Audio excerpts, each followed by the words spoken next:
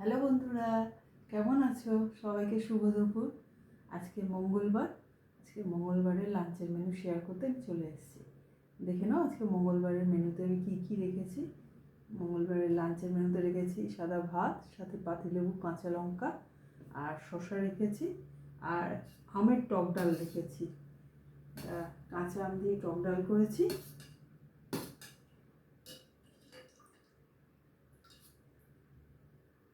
টক ডালটা নিয়ে নিলাম।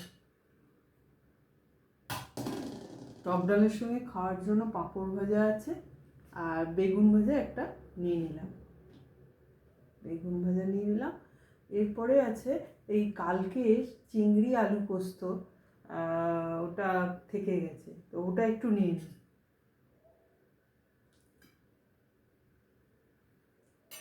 আলু পোস্ত চিংড়ি মাছ দিয়ে এটা একটু নিয়ে নিলাম। আর করেছি লাউ মাছের মাথা দিয়ে ঘন্ট, লাউয়ের ঘন্টটাও একটু নিয়ে নিচ্ছি।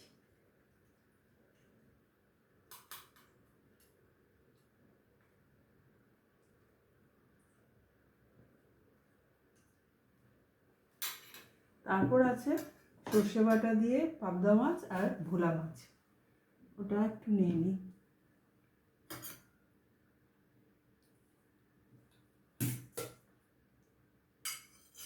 পাবদা মাছটা নিলাম।